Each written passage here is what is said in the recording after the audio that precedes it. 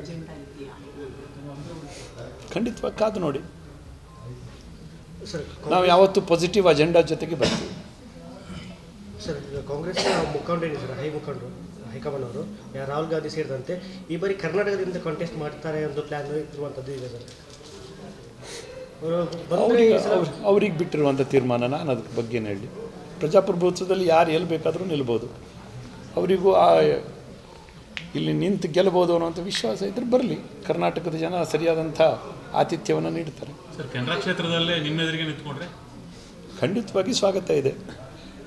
ಅದ್ರ ಜೊತೆ ಈಗ ಜಾತಿ ಇದು ನಡೀತಾ ಇದೆಯಲ್ಲ, ಧ್ರುವೀಕರಣ ಅಥವಾ ಜಾತಿ ಬಗ್ಗೆ ಕುರಿತಂತಹ ಒಂದಿಷ್ಟು ಸಮೀಕ್ಷೆಗಳು ನಡೀಬೇಕು ಅನ್ನೋದು ಒಂದಿಷ್ಟು ಗಲಾಟೆ ಎದ್ದಿದೆ.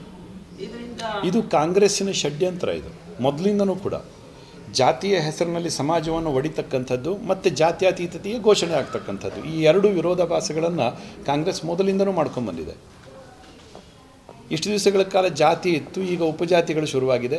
ಒಟ್ಟಾರೆ ಒಡಿಲಿಕ್ಕೆ ಏನೇನು ಷಡ್ಯಂತ್ರಗಳನ್ನು ಮಾಡಬೇಕು ದೇಶವನ್ನು ಒಡಿಲಿಕ್ಕೆ, ಅದೆಲ್ಲವನ್ನು ಕಾಂಗ್ರೆಸ್ ಮಾಡ್ತಾ ಇದೆ. ಸರ್, ನಿನ್ನೆ ವೀರಶೈವ ಮಹಾಸಭಾದ ಒಂದು ನಿರ್ಣಯದಲ್ಲಿ